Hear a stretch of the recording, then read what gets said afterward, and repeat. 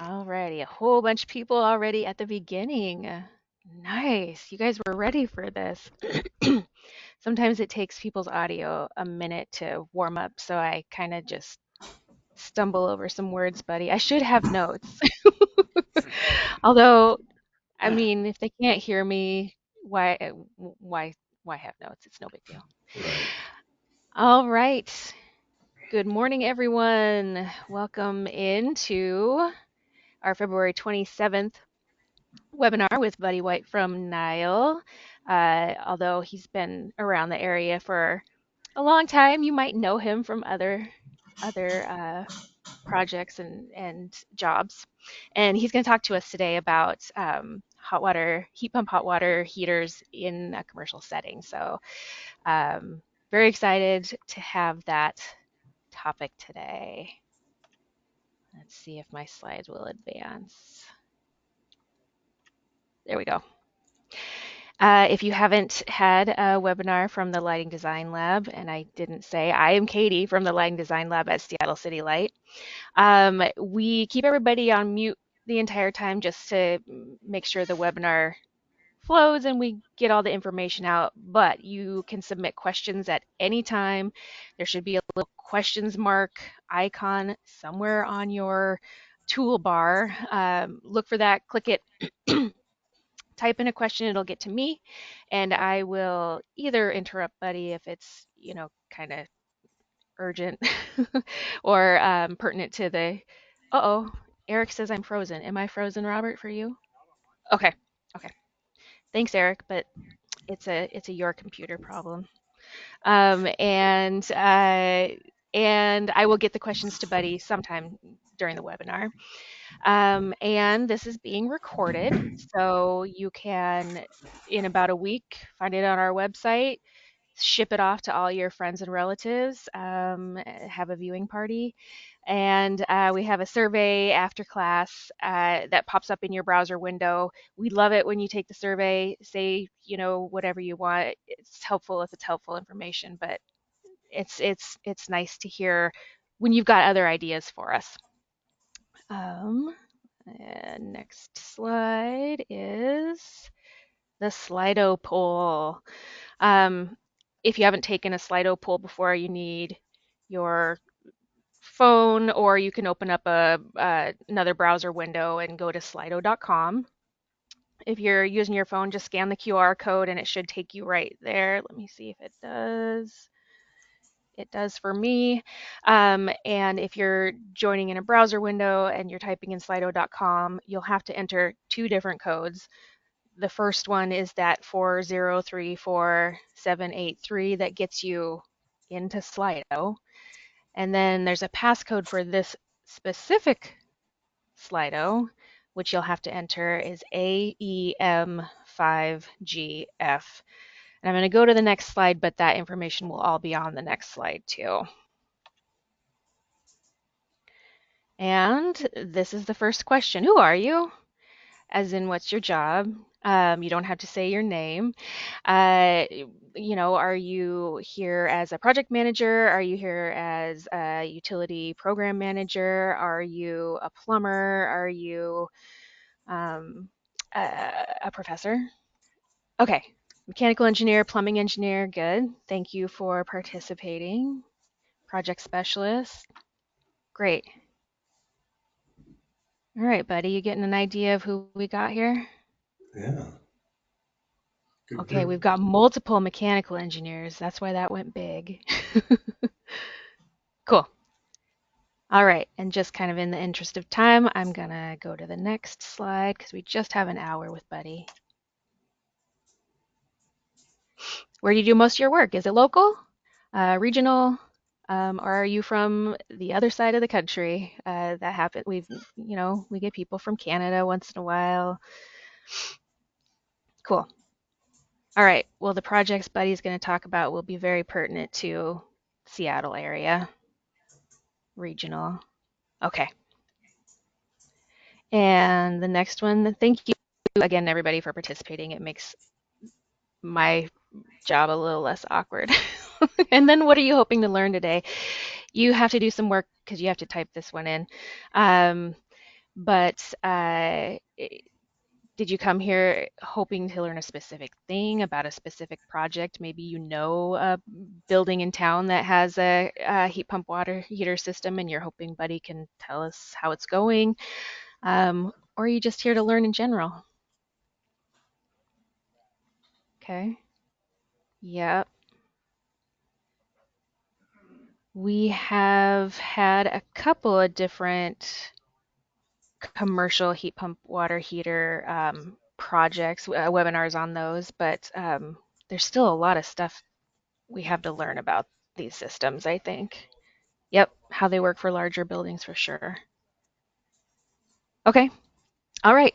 I'm gonna go to the next one. Thank you, everyone. And just so you know, the Lighting Design Lab, we've been around for decades and decades. You may have known us as a lighting education resource. We've expanded to help support city and customer um, desires to know more about the electric um, enabling technologies. Excuse me. And we are being rebranded. Yay. We were almost there about a year ago, but there was a snafu. We won't be called Lighting Design Lab for much longer. So it'll better represent what we offer you guys. Upcoming events. In March, we've got two.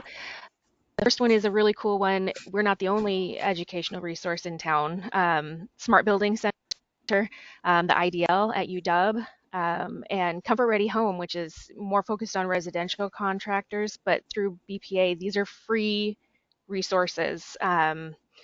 There's tool lending libraries, there's design assistance. You can practice hands-on stuff with Comfort Ready Home. They're going to all come tell you guys about what they offer. And then Dwayne, if you're a fan of our codes series, Dwayne will be back to talk about HVAC with Ben Roush, I think, is coming from FSI. And then the next three listed aren't open for registration yet. We'll get them up soon. And just want to plug Seattle City Light now has a trade ally program where they can give you specific help with your projects. You get dedicated time one-on-one once a month if you've got a project at City Light that you have questions about. And that is it. Buddy, thank you for joining us today, and I will let you take it away. All right. Let's see if I can do this here. Um, can you see my screen? It is coming up for me. Oh, Okay. Robert's got it. Robert's got it. Very good. All right. Hello, everybody. I'm Buddy White. I'm with Nile Hot Water Systems. I've been in the area for 30 years, working out of the Union Hall for contractors, engineering firms, and then manufacturers rep and now manufacturers. So today I'm going to be talking about the lessons learned on commercial hot water heat pump installations. I'm going to touch three areas: the design phase, installation, and maintenance needs. So let's see if this works for me. You can all see my screen, correct? Is that good? Yep, that works. Well, okay, good. All right. I want to start off with basically, and everybody's seen these pictures probably around Seattle for the past decade. I was told they were a little cartoonish, but I still like them. And I want to go over a couple of those systems. And while we're talking about this, so we all get the same language and identifiers correct. Single pass and multi-pass systems, and they're exactly what they mean. Single pass, it takes one pass through the heat pump to take the water from the street temperature, 50 degrees, up to 140 degrees. Multi-pass, it takes multiple passes through the heat pump to get to your storage tank temperature. With single pass, we like to use series storage, and it's exactly what it means is all the tanks are in series. In multi-pass, the tanks are in parallel. That's much like a typical hot water boiler system, traditionally styled.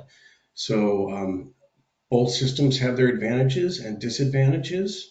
I think when we first started out, multi-pass was pretty popular because we were retrofitting existing systems or kind of imitating existing systems. And now we've gone to more single pass in design. One of the things I've heard at a past lecture was that in single pass, you have a stratified tank. So cold water on the bottom, hot water on the top, and stratification holds more BTUs. So something to keep in mind. It's not my saying, but I think it works pretty good. One of the things about designs, I think it's important to start early, get your design, have everybody look at it, everybody understand it, and be open to changes. A lot of times I go into engineering firms and we have the traditional whiteboard with drawings and getting it to CAD and then to Revit and then having it detailed by a designer and drafter in the field. There's a lot of steps there and a lot of things can get missed. And so, I think starting early, getting a lot of input, I think that means a lot to the whole situation. There are other design factors, and some of these, everybody's going to laugh and say, "Oh, of course we know these," but be surprised. Going out in the field, I see quite a few of these that have been ignored or missed. One of the most important ones, obviously, is velocity limits. Hot water should be at 4 feet per second, cold water at 8. Of course, that depends on pipe size, um, the fittings, everything that goes through that, the valves. We should all be taking hot water to a 4 feet per second design. And then other thing is recirculation losses. Whether you do a return to primary, you heat trace your primary, your return lines, or you use a swing tank. They all have different effects on how we handle our recirculation loss. And then also the R value of insulation of the pipes. There's new values. Everybody's using new tables. Hot water is coming back to our storage hotter than we typically see it, in the past. So, we used to design to 105 degrees, and the past couple of systems I saw, hot water is coming back at 115. So it means maybe making our swing tanks a little bit smaller, um, and just figuring that out into our design. Uh, the other thing that has a big factor on design is building diversity, and that's the water stored in pipes. I know we're all following Appendix M now, which reduces the pipe size, but a 4-inch riser going up a multifamily that's 10 stories is still going to hold a lot of water, and that's all considered storage. So, it gives us the opportunity to downsize our storage, save a little money in design, but it's also something that we want to factor into our design, that there is a hidden load, if you will. Uh, the other, and there's many factors, but these are the top four that I've come across a lot. Defrost. Some uh, software accounts for defrost, some over accounts for defrost.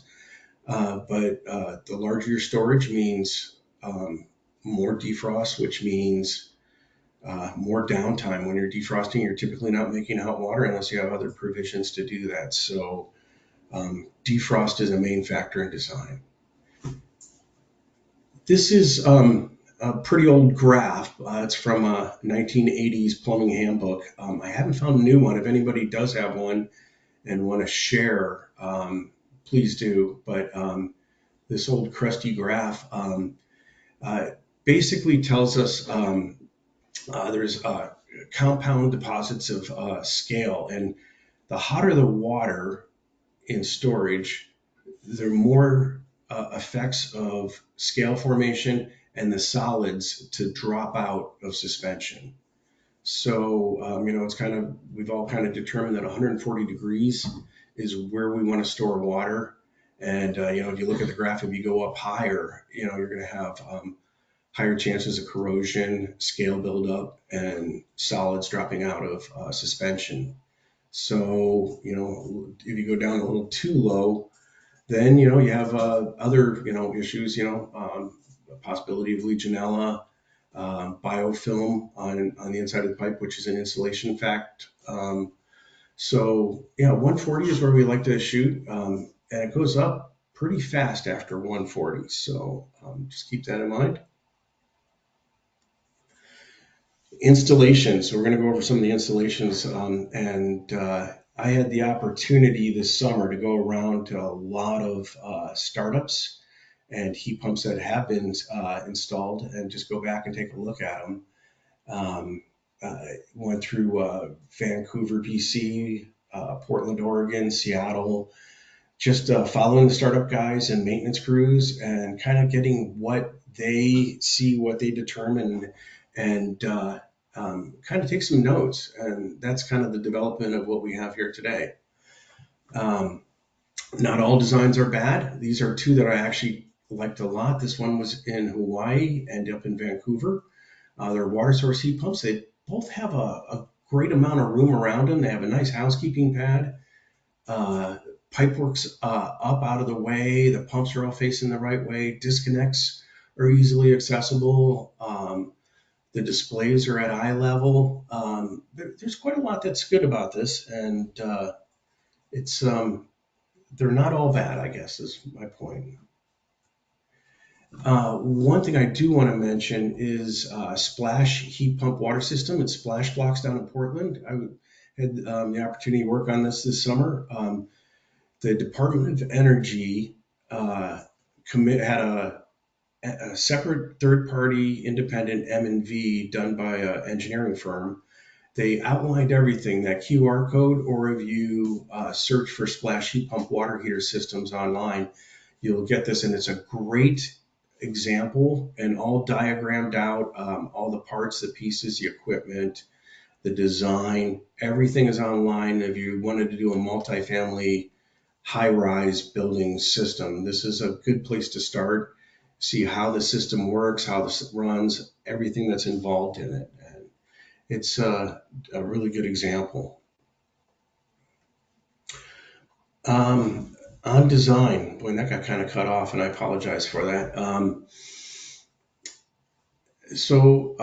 The way this was lined out by the design team was that these were supposed to be 90 degrees with the air going through them the way that we're faced. The way that it turned out was this made better sense to the installer. And when they dropped them with the crane, this is where they put them. The first one runs great. The first one on the left, the one in the middle, and the one on the right get the exhaust cold air going right through the evaporator coil and limits the performance. It's something that we didn't see until after we had a bunch of trends from the BMS system in the building. And then, everybody was scratching their head and pointing fingers. And we got up to the building, up to the roof of the building, and, this is what we saw. And of course, it's not going to work. It's pretty obvious after the fact. But our design day on the one in the middle was Arctic, and the one on the side was normal. So something to keep in mind is actual placement of the units. This is one that's in Seattle, and this worked out perfect. But there was a lot of last minute decisions on how we were going to get this to fit, how everything was going to run. Tanks get big. We want to store a lot of water. Heat pumps take a lot longer than a boiler to generate and store that water, so you need larger tanks. The height of the tank, when you're picking volume, must be a consideration. The pipes have to come off the top, and heat pumps themselves can be pretty big. So one of the things we always want to make sure is if we have enough room, floor plate to floor plate on a heat pump installation. Freeze protection is, you wouldn't think this is a big, everybody knows everything about freezing, and, we do get some cold days around here, but I see it quite often. The heat pump itself will typically have means of freeze protection, heat traced pipes. All the water pipes will be traced interior of the heat pump. Exterior, though, going from the penetration of the heat pump to the roof to all the pipes on the roof, some means of heat trace, whether it be electrical heat trace or draining the system when not in use. needs to be considered. It's part of the International Mechanical Code, and it's amazing how often it gets missed, but it has to be a consideration for the design. Some other points that I've seen missed on a couple installations, uh, trapping the drain, putting a P-trap on the drain so that it doesn't pull out of the floor drain or where it's being drained to, and that we actually have a break in the water. And then the other thing is heat tracing the drain itself so it doesn't freeze and we get an ice skating pond.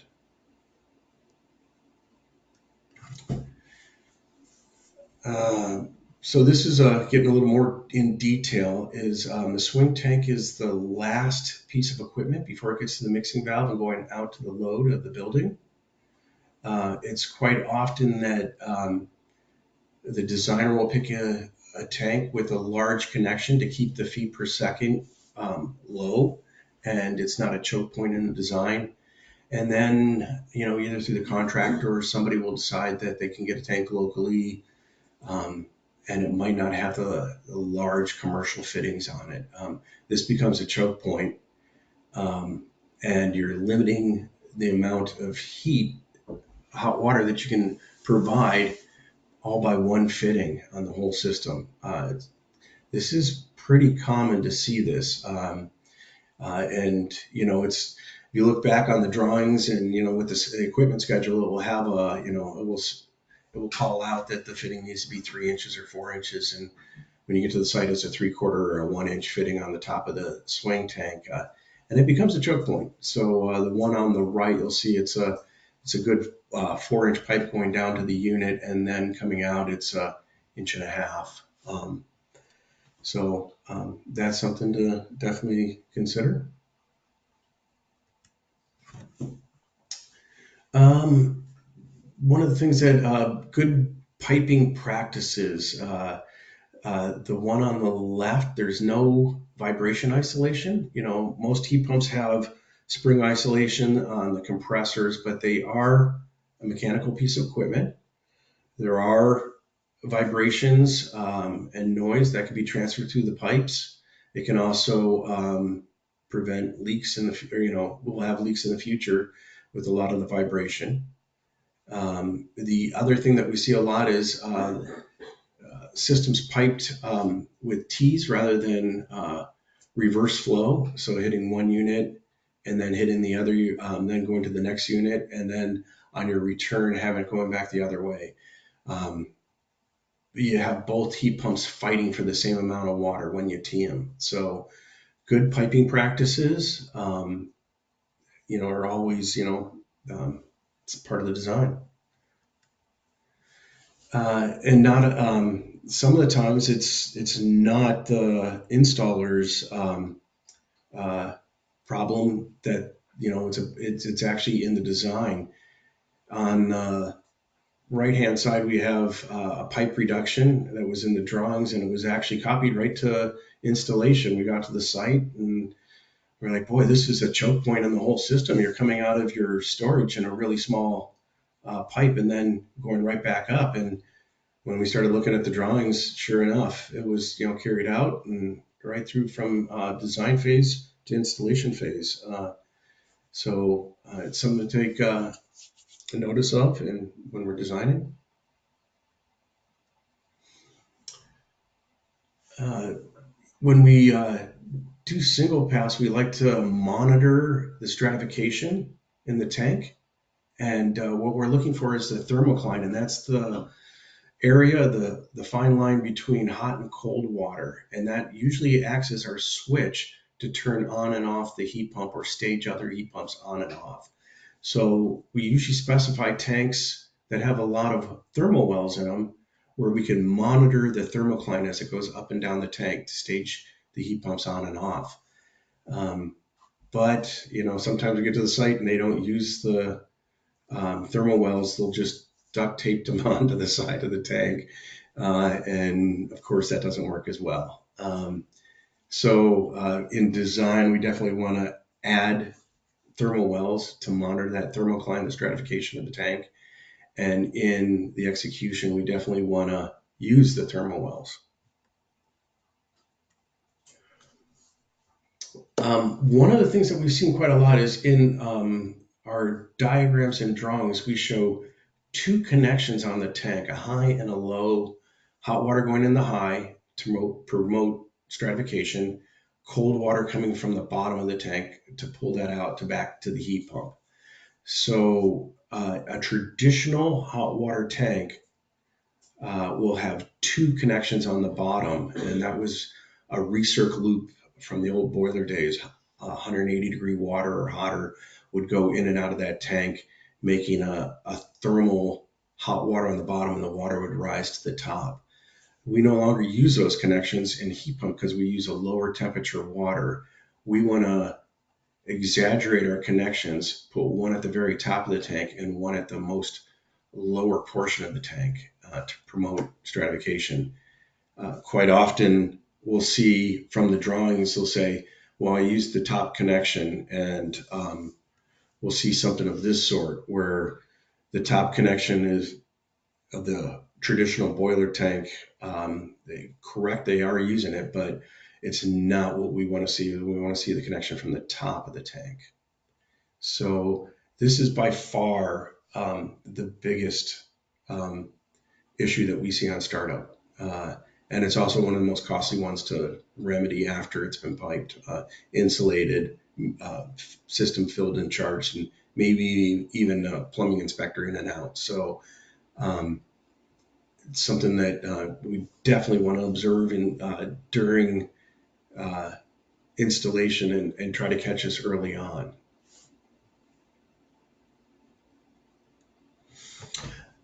The other thing I always like to point out is, these systems get rather large. We're going to have a lot of storage. We're going to have a lot of uh, other devices that are needed for the system, and it does take a lot of room.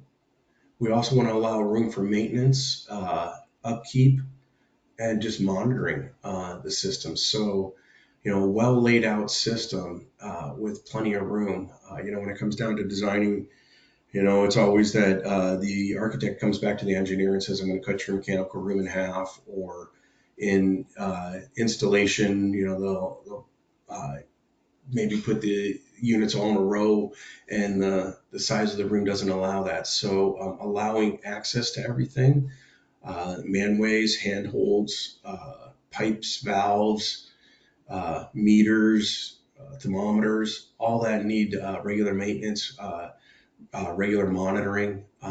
Pumps need maintenance. So allowing adequate room for an installation. And, it might take a little from the drawing design and what the intent was to the actual space of the room. It might take some reorganization, but we definitely want to allow for all the space needed.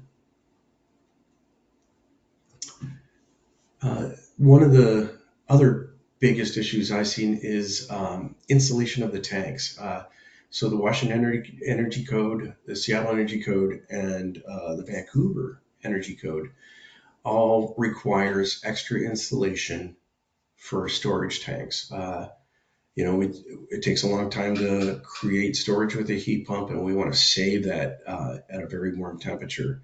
So it requires a little extra storage to eliminate standby loss, thermal loss through the side of the tank. So a typical tank will have an R12.5 insulation, and code stipulates that we have to add R2 more to that to store at 140, and R4 more if we're going to store at 150 degrees. So that typically means wrapping the tank if it comes insulated already with extra insulation, or having bare tanks and insulating in the field, whether it be foam insulated or wrapped. Uh, it's very interesting to see some of the styles that people have taken. One of the things that I ran into is fire code. So a lot of the spray foam insulation is rated for outdoors only and doesn't have a burn smoke rating of 1 hour required for indoor application. So it's something that you want to check. There's some are, then some don't. And in design, we want to make sure that we're using one that is a fire smoke rated, so it doesn't have to be scraped off and wrapped or re-insulated after the fact. It's a very messy, very smelly job. One of the other things too is the bottom of the tanks too rarely get insulated. There's a it's just a giant area for standby loss, thermal loss. Uh, in a tank is the top and the bottom of the tank. So typically the top is insulated, the bottom usually gets neglected. That's something to think about too.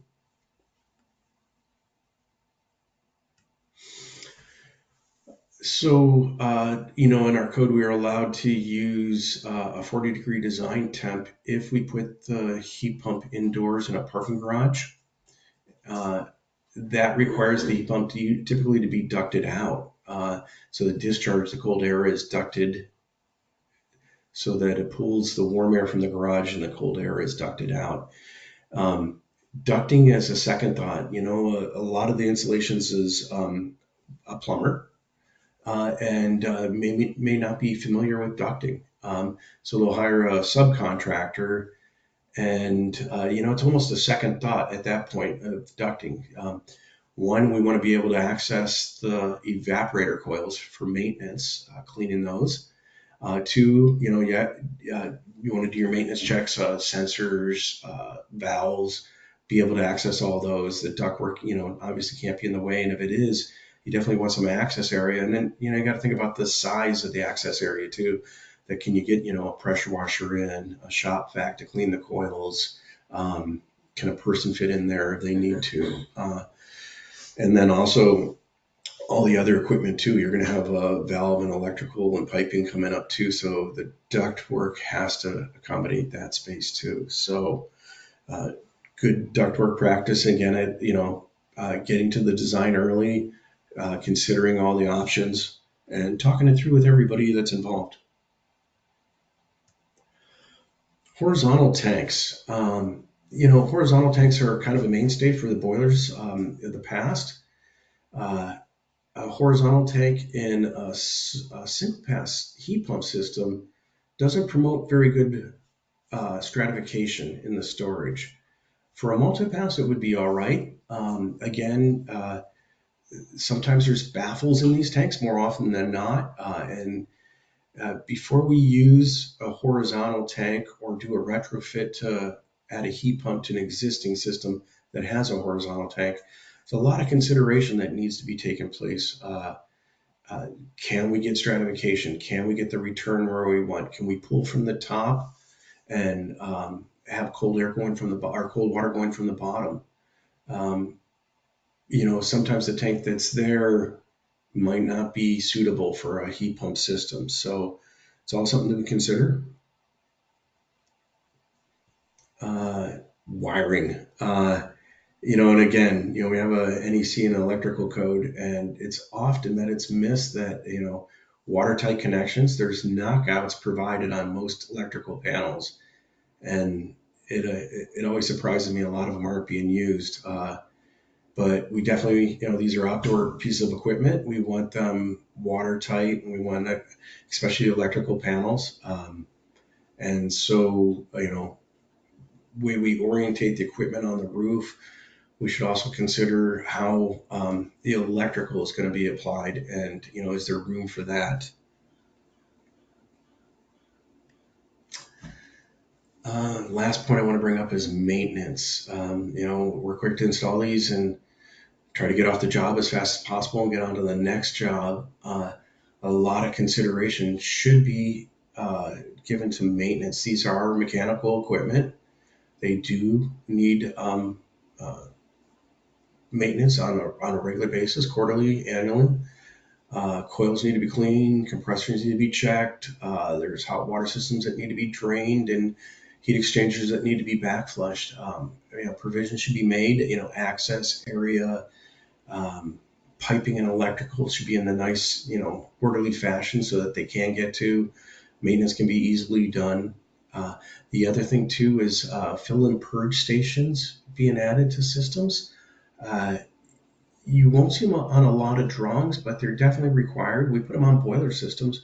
we put them on hot water tanks, but a lot of times they're missed on heat pump systems, and they actually should be there to aid in maintenance, backflushing, draining, and purging systems.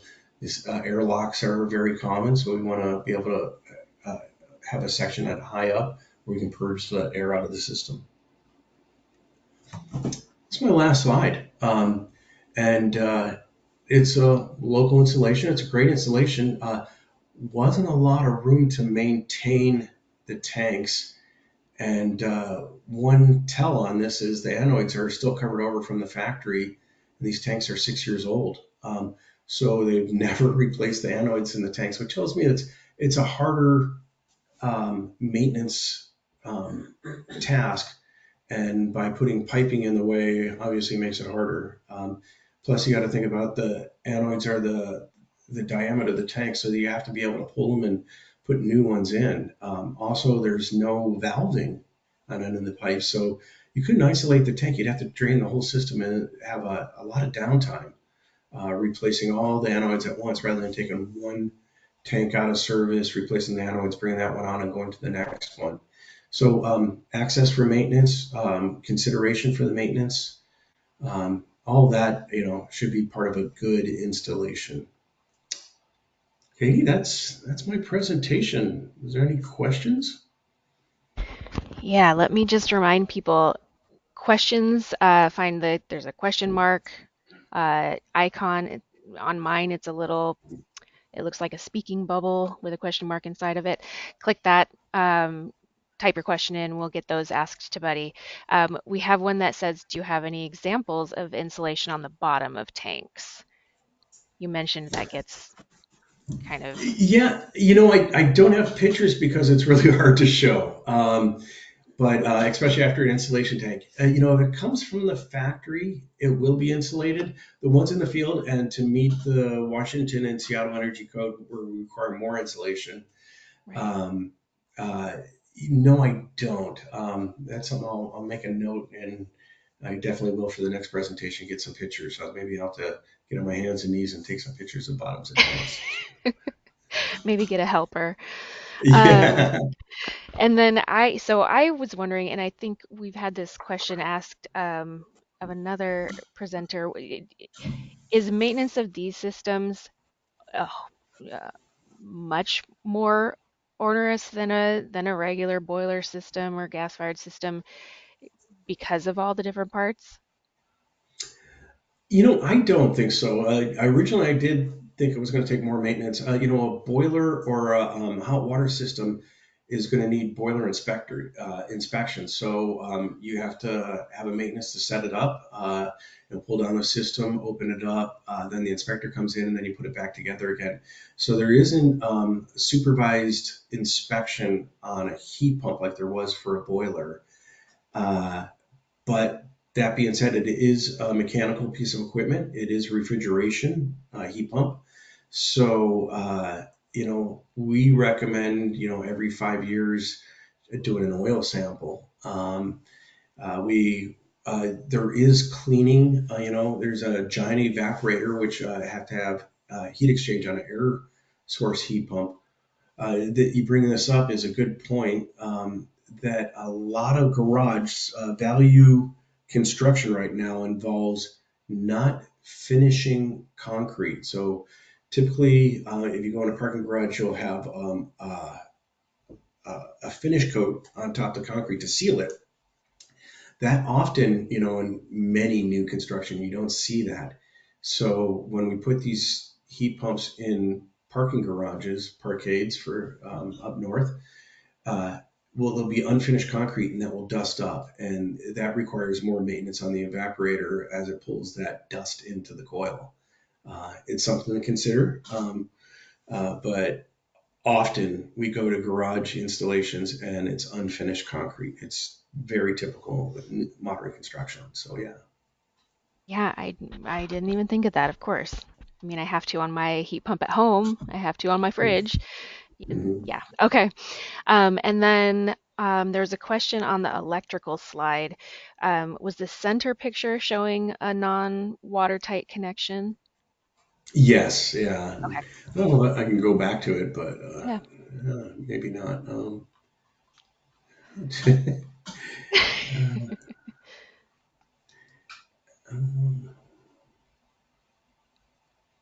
don't know if it's going to go back. Uh, I can't do it. That's okay. Can you Yeah, actually, in relation to that, can you explain, like, can you visually see what a watertight connection looks like? Like if you went and yeah, looked at a box. absolutely. So, Yep. all manufacturers provide a knockout per the NEC, so the or will specify where to make your electrical connections, and that's Right. mainly to separate the high voltage from the low voltage electrical. But those also have considerations in uh, that it's being that you can run the wire so that we'll have a drip inside the panel or on the outside of the panel that it prevents egress of weather. So utilizing those knockouts or those provisions in areas for it, are obviously recommended. Um, a lot of the ones that were, and then using a watertight connection, correct, that's rated Okay. for outdoor installations. A lot of this comes down to in design not allowing room for an electrician. It might go up against a wall, or they'll have to give access to a walkway, and their electrical connections can't go there. So they get kind of creative on the site. So it comes down Right. to design and allowing, talking to an electrical engineer and making sure they have the provisions and space to do their connections too. Okay. A lot is on you designers out there. Yeah, it is. Make your checklist. Okay. And then can you talk about heat tracing? Is it for energy reduction or protection, or maybe both? The one that it can be for both. I'm referring to freeze protection for frost. So the water pipe going to the heat pump in an outdoor condition should be, and towards the international, regarding the International Mechanical Code, it says to freeze protect all exposed pipe that's possible of freezing. It kind of goes without saying we do it for sprinkler systems, we do it for landscaping, and there'll be freeze protection on the roof for other cooling towers, and then it won't be for the hot water heat pump system. And then the other thing is freeze trace or heat tracing for freeze protection, the drain. Obviously, in the off cycle, the evaporator defrosts, and that water has to go somewhere in the wintertime that can freeze up. So, freeze tape on both of them would be great. All right. And then could you talk about, this is kind of a hot topic the past couple of years, refrigerant considerations and options. For Yeah. instance, the efficiency of them, the GWP, safety, flammability, all those different Hmm. things. Yeah. So, I guess working in reverse, Europe is the A2Ls are definitely the next biggest thing and are already happening there. We are a little code restricted on some of ours, where we can use them and in what amount. For generating heat, they're fabulous refrigerants. They're perfect. I think the biggest drawback on using them, besides the safety, is that they're not that good at refrigeration, cooling. For generating heat, they're fabulous, and it's just a matter of time before they come to our area. It's going to require, sensors, maybe purge fans if we do them inside, outdoor applications if we don't. Then I would say the next thing is the natural refrigerants. CO2 being one of those. There are some great systems with CO2. There's also a little bit of a drawback as a manufacturer. Um, One of the big drawbacks with CO2 is that you have to use uh, very cold water. You have to have a high delta T, and not all parts of the country afford that. So you're limited where you can, use a CO2 system and in what system. So but they're very fabulous. And then we have our traditional refrigerants and our new low GWP refrigerants. They're going to be with us for a while. Most of the heat pumps that I see insulated right now are of low GWP F gas refrigerants. So, 513A, 544, that type of units. Very good. They're designed specifically for heating. So they can make 150, 160 degree water. And I think that's where we're at right now. It's the most economical. I know everybody wants to put the latest and greatest, but it's also, there's a cost point to it too. So, and technology. You know, uh, um, some of the CO2 systems or propane systems require special refrigeration, special skills, special maintenance. So I think we're at a point where, the traditional low GWP refrigerants are kind of our mainstay right now until something new comes along. And not just new and being on the cutting edge, but new and acceptable by the trades, by building owners, by installers, manufacturers, reps, and the manufacturers. So, Yeah, I didn't, you know, at 12 years old, if you would have told me you're gonna think refrigerants are a really cool topic, I would have said no. But it's a very interesting topic. it is. And then another question was, how does commercial heat pump water heater efficiency and other stuff is affected when sized using Appendix M of Uniform Plumbing Code compared to the old traditional approach? Right. Yeah, that's a great question. I get this a lot. And not just from this area, from around the country. Actually, there's 21 states and 4 provinces that adopted the IPC Appendix M for buildings. So all new buildings have, I'm not going to say smaller, I'm going to say right sized pipe work. So basically, the pipe that comes from the street might be a 2-inch cold water line.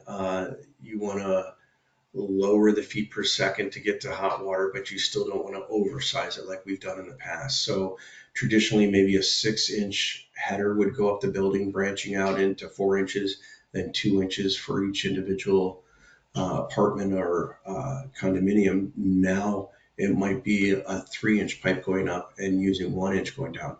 So one of the big things is diversity of the building. The water stored within the pipes is reduced, and that's a good thing. I mean, we're saving water, we're saving energy that's stored in the water. Uh, but on that same token, and like I talked about in one of my earlier slides, we should be accounting for that. Most manufacturers have software selection, and there's a couple really good ones online that was made in Seattle too, that will help you size a heat pump, and they'll also size the storage. But as a designer, you also want to look at that diversity in the building, all that water stored in the pipe.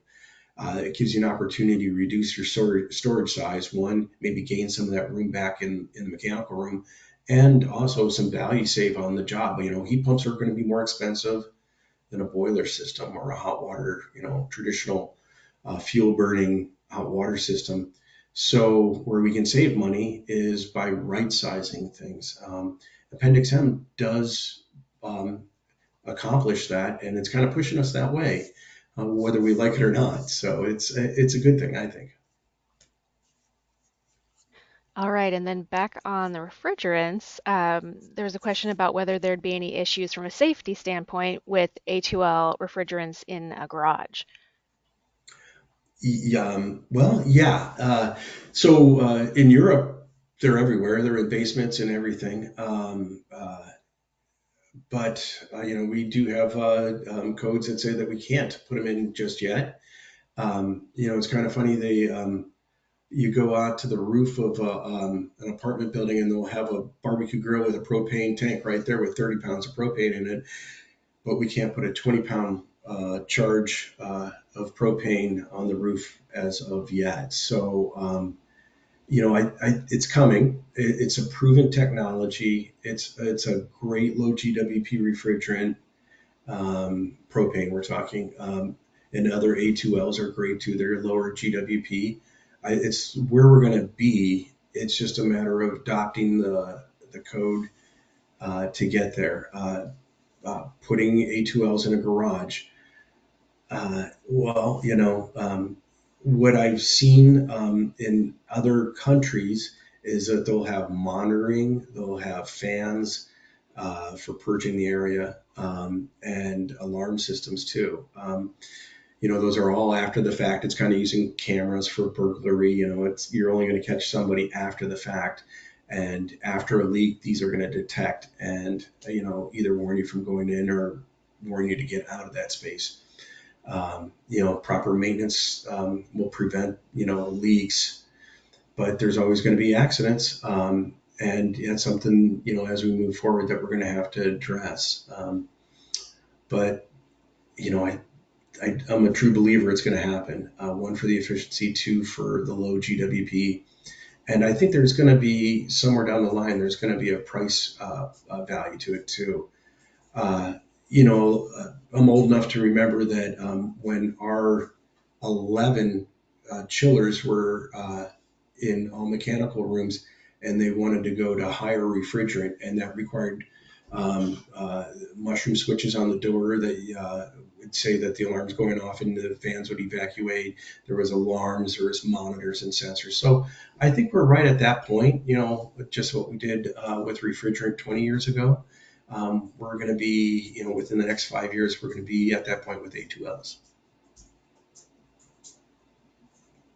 I need to unmute to ask my question. And Good. Yeah, that's kind of what I see too. I'm not the expert, but that's what I see too. And then in a different direction, what is a typical payback for heat pump systems? The equipment cost is higher, install cost is higher, versus a typical gas-fired heater. yeah, that's great. And there are a lot of tools with the ROI calculators, and they take all the factors in. Uh, it's true; they're going to cost more, and that's part of the reason of right sizing them with all these selection tools out there. Right sizing your tanks, taking advantage of the diversity of the building, getting that initial cost down. And then as far as the payback, obviously it's based on utilities. We enjoy a very low electrical rate here in the Northwest. Not so in the Midwest and the East Coast. In Hawaii, they do 25 cents a kilowatt, and we do 6.5 cents commercial here. So their payback is going to be way faster than ours. But I truly believe there's more than just the ROI on the system. One, we're right sizing things so we're using less energy, and that's always a good thing. Um, Two, we're moving off of making hot water by burning something, you know, and actually using a heat pump, which for making hot water is the most efficient way doing it electrically is using a heat pump, and it's also a very efficient way when you think of like a boiler getting maybe 80, 90% efficiency, and a heat pump has a COP of 3. So it's 3 times more efficient than just using straight electrical. So, you know, ROI is important. ROI is what driving our world because that's how we finance projects. Um, but there's a higher goal to it too. So, if we look at everything, I think, the direction that we're heading is positive. Yep, that's kind of what we talk about here at the utility. And I've got two more questions. Keep them coming if you have any. I'm going to ask Yeah. you one. For the second one, I need to go back to my slide deck. So while you're answering this first one, I'm going to switch slide decks. Okay. So the first one is I've heard some refrigerants need high pressure. So how does that change the design? Yeah, it's a good question too. And all these are great questions. Is the that's more on the manufacturer. So internal to the unit, different heat exchangers. Some of our natural refrigerants are very high pressure. So they're going to use thicker walled heat exchangers, which means a little less heat exchange transfer to the medium, which is water. Um, and those are all counted for when they design the system. One of the things with the high pressures is maintenance and service.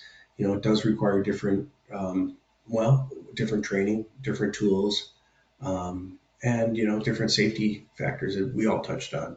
So I think that's all being considered, under consideration, especially when you design a system. It shouldn't uh, deter you from picking those systems, and I think 5 years ago, a lot of the concerns with, high pressure with, say, CO2 was a design consideration. I don't think it should be now. I think there's plenty good examples of longevity of the systems, durability, and yeah, I think we should, examine all our options, and look at all, the benefits and disadvantages of the system. But higher pressures, um, I think 5 years ago that would have been an issue. I think there's enough sample set out there where they actually work and work excellent, and I think there's enough training going on and experience that, especially in our market, where they can be serviced. One of the biggest things that I see is downtime.